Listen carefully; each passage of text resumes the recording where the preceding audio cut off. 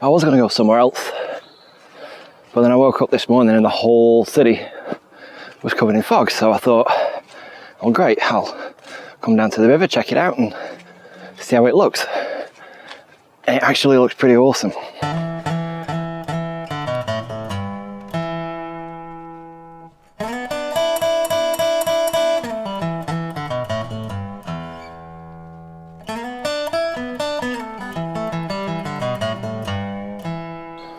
So this is a new part of the river for me, because normally I'm on the other side. I didn't even know there was a path here, but apparently there is, and it's quite a unique and interesting view, because on the other side it's all cycle path and tarmac, and on this side of the river it's all just trodden path and backs up to people's backyards, and it's a little bit wild. I haven't brought NDs out with me. Shooting at f11, I'm getting exposures of about 1/5 of a second anyway, so hence the tripod and the remote trigger. Landscapes isn't something I do very often. Usually it's people and animals. But when the weather's like this, I always like to come out and experiment and try stuff and see what I can get. And sometimes it works out quite nicely. So, I kind of like how everything's kind of silhouetted, but there's different layers of silhouette. So I'm gonna set one up here and see how it looks.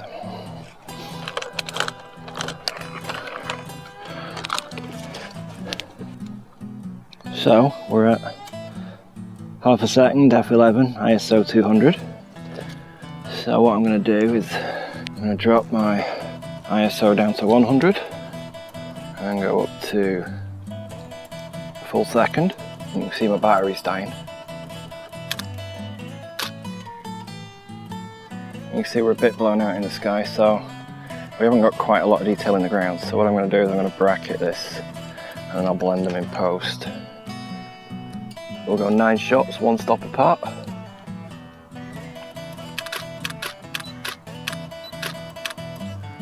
Blip, blip, blip, blip, blip, blip, blip. Oh, 1 more blip, 2 more blips. Okay. So, I mean, that's way blown out. That's way more than I need. I won't be using that one. You see, if we go back, seeing this one, well, even this one, we really get that detail I want in the dark bits here. And most of this will be toned down, but it won't be completely crushed, so I want the detail. And then in the earlier shots, I mean, there's not a lot of detail there in the sky, but what little is there isn't completely blown out. So where's the first one? It blows out, that one. So I got to that. I'll probably use the sky from this one and then blend in all the dark stuff from another one. So the only problem with paths like this is that they're not really paths. They're very muddy, and if I don't watch where I'm going, I'm going to slip and fall flat on my arse. And as much as you'd love to see that, I don't fancy falling in the mud with the camera and the gimbal and everything else. Plus I have to go out again this evening, so it's not going to happen. So what I'm going to do, I'm hoping, I don't know if I can because there's like Halton Army base here or something, but I'm hoping I can walk all the way along the river, up to Halton Bridge, cross back, and then come back the other way on the cycle path. But I don't think that's going to happen.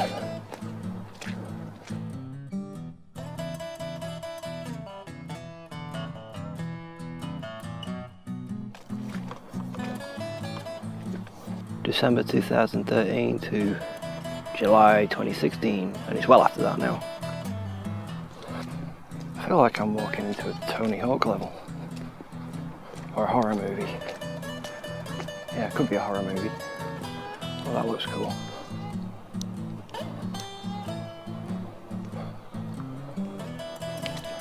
Whoa, it is super muddy.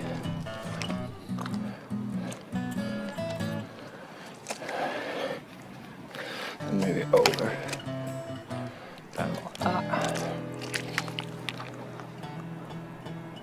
There we go. Knock it over to single and see if we can focus on anything over there.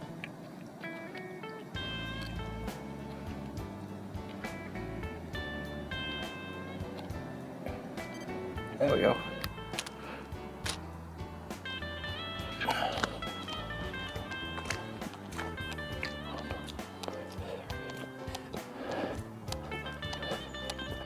We're walking again. This is the jetty. And they launch off and do exercises. It actually looks really beautiful. So we'll, let's see, where's a cool looking reflection? Can we shoot down the river? Yeah, that could work. We'll try that.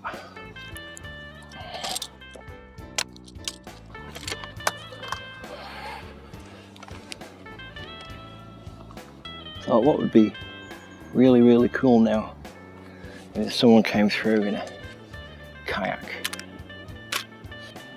That actually looks really cool.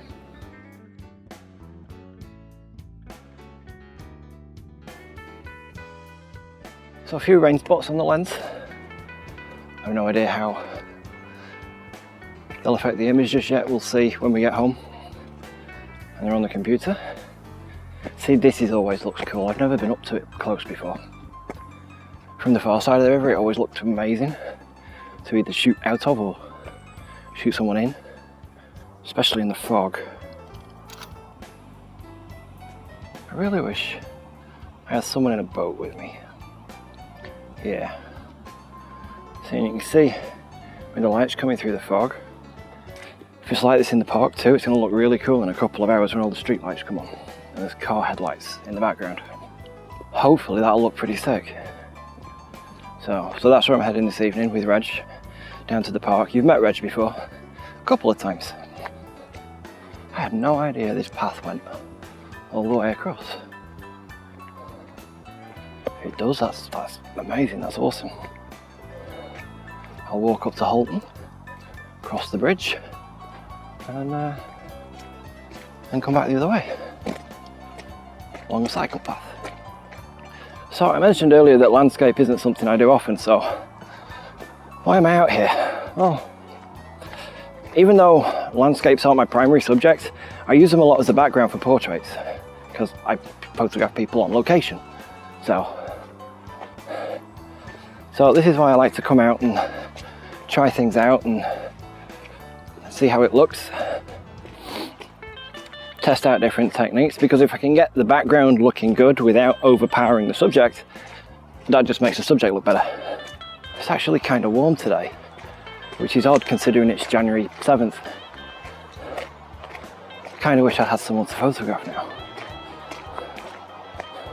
but I don't. It would have looked really cool as well, especially walking through the fog all backlit. Yep, that would have been very cool. I might have to see if I can get Reg to be my model this evening and do something creepy in the park. I wonder if he's got a chainsaw.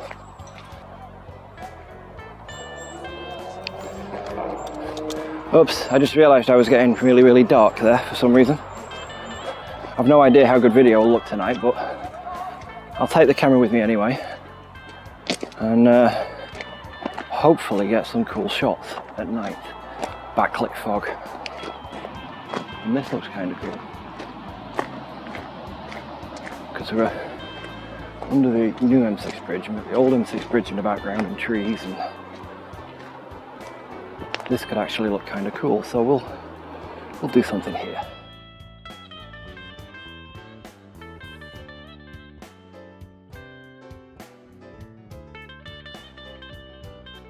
The right exposure for this is 2 seconds, but I want to bracket it, so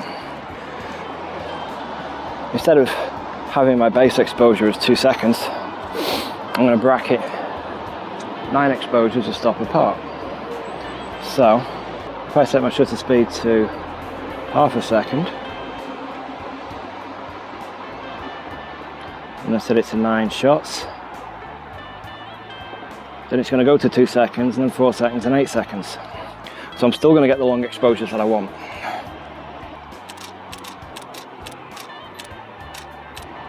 So when this one's done, we get our 9 exposures, starting at very underexposed and then going up, just getting brighter and brighter and brighter to ridiculously overexposed. But it lets us get the detail in the shadows.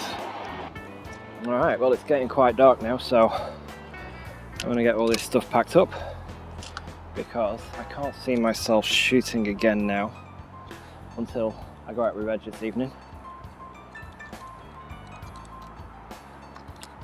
And if it is too dark to film, I'll take my gear around to Reg's and show you some of that so you can see what I use. So these need a good clean. Actually, can I get down there safely? I don't think I can, so I'm not going to wash them off in the river. It'll just go in here with a bit of mud on the bottom. And I get people asking me why I use a video tripod for photography when it won't let you switch to portrait and do a bunch of other things that normal bull heads and 3-way heads and gimbals and things will let you. And I'll show you in another video. So the only thing to pack up now is you. Battery's getting low. I'm not going to walk home with the gimbal. Once I get home, I'll stick it on charge and clean off the lenses and get ready for tonight, and hopefully it'll be light enough, or I'll find somewhere that's light enough that I can actually get some decent footage and talk you through some of the gear. If not, it'll be another video, but I will show you. So let's pack you up. Bye.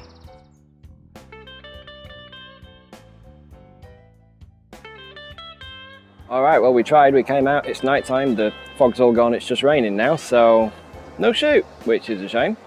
Tasha was going to come out and stand in the fog and get all backlit and beautiful and amazing, and no fog, so that's it. Until next time, bye.